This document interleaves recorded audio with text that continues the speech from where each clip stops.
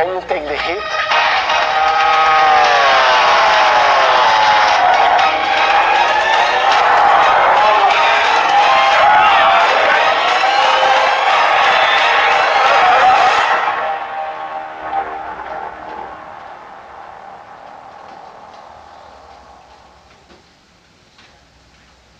Hello, good afternoon. We are live from the Sepang International Circuit ahead of the Malaysian Grand Prix. If you can believe it, it's the penultimate round of this season. Sad, sad times, because it means we're coming to the end of one of the most epic seasons in MotoGP's history.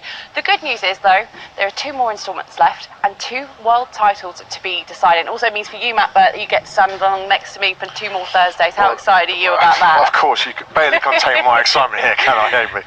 Always a pleasure. Well, listen, I will run you through who we have coming up in the press conference first, and then we'll obviously take a look back at what happened in the most amazing Australian Grand Prix. So coming up now in the press conference, we'll be joined by Marques, Andrea Dovizioso, Maverick Vinales, Valentino Rossi, Johan Zarco, and Franco Morbidelli. But before we touch back on what happened a week ago, it's been a busy few weeks. If you haven't managed to keep up with us, don't worry, we're going to run you through all the goings on of Australia. But a bit of news for you, unfortunately, no Aleix Espargaro with us this weekend. That was after the crash he sustained at that really fast turn 1 last weekend. He's actually broken a finger in his left hand, right? Yeah, Aleix Espargaro crashing out at that really fast Durham corner in that unforgettable Australian Grand Prix last weekend. I mean, his initial intention was to come to Malaysia, try and ride this weekend, but after having discussed with the MotoGP doctors, he decided the best course of action, go back to Barcelona, have surgery today, and try and come back fighting fit in Valencia. Big shame for Aleix, because he's been absolutely brilliant this year. Nobody's ridden a motorcycle harder than Aleix has done this year so far. Was coming into some real good form on the Aprilia, so we wish him well and hope to see him back on the bike in Valencia in a couple of weeks' time. Big loss for Aprilia as well, because they were making steps in the right direction of late. Yeah, they were. I mean, there was all kinds of talk about whether they would replace Aleix this weekend. I mean, obviously Eugene Laverty's riding for them in World Superbikes, but Aleix will not be replaced, and he is a massive loss. I mean, no disrespect to Sam Lowes, but Sam has found the going very, very difficult this year on that RSGP machine. The good news actually for Sam is that I think any kind of interchangeable parts that are on Aleix's RSGP will be given actually to Sam this weekend. Things like the seamless gearbox or the current version of the gearbox.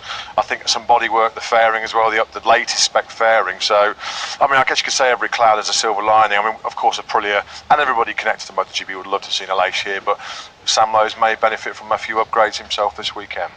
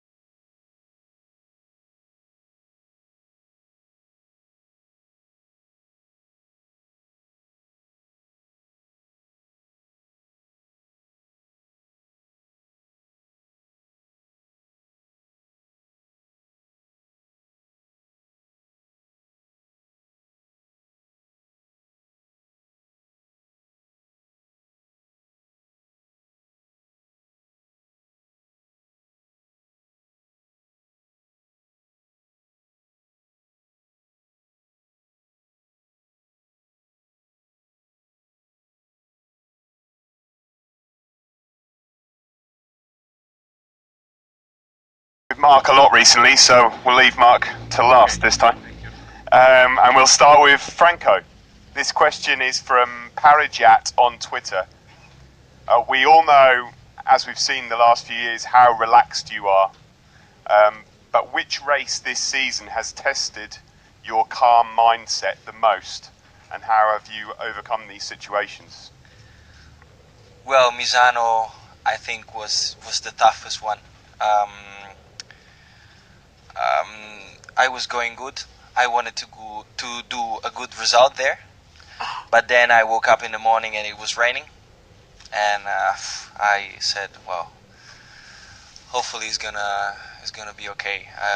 And then I got the scooter and I went to the circuit by scooter, and I was trying to get the feeling also with the scooter and try to make a good lap time also with the scooter, but in the race I was clearly nervous, and I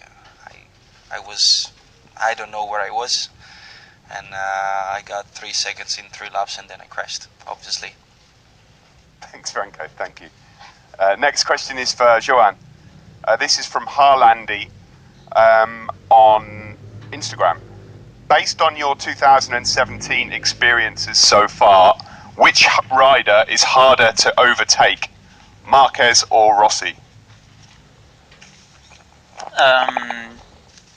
I want to say Rossi, because he's braking really late, and also when he can see you or feel you, because almost sometimes I wonder if he doesn't have the eyes behind the helmet, because in the race he understands everything from the start to the end. He knows that people are there, and yeah, it's more complicated. When I am with Marc, almost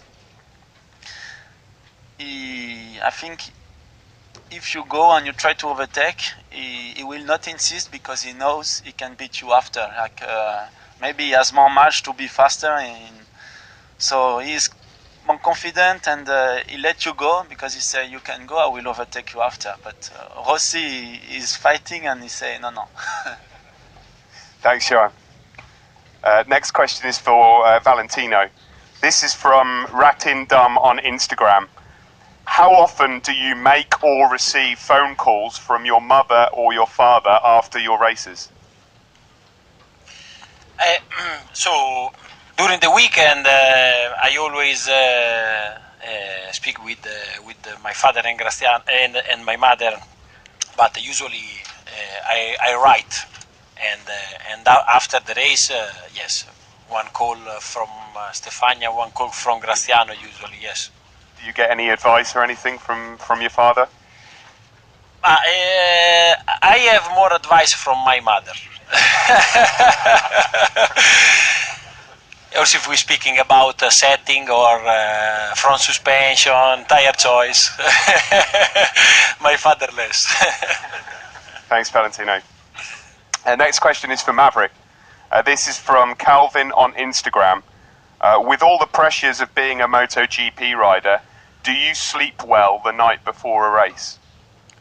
Normally, yes. Normally, at home I sleep nothing, and during the race I sleep a lot, all the time trying to sleep. I don't know.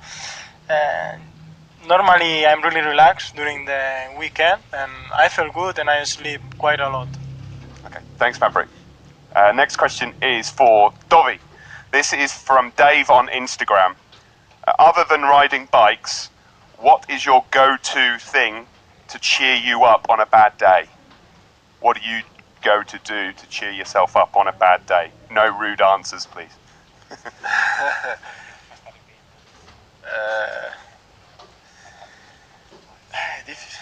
Difficult. Normally bike, but I love to do all the sports and make a dinner with the friends. Help me a lot, especially at home during the weekend. From the race, make a dinner with the friends. You hit in a relaxed way, and you speak about important things, but also not so important things. Help me to recover or to be ready in the next round for sure. Thanks, Tommy. Final question for Mark. This is from Zach on Instagram. Do you ever take a sneaky look at your opponent's pit board to see what their team is telling them, or look at the big screens around the circuit to see what's happening behind you? Of course.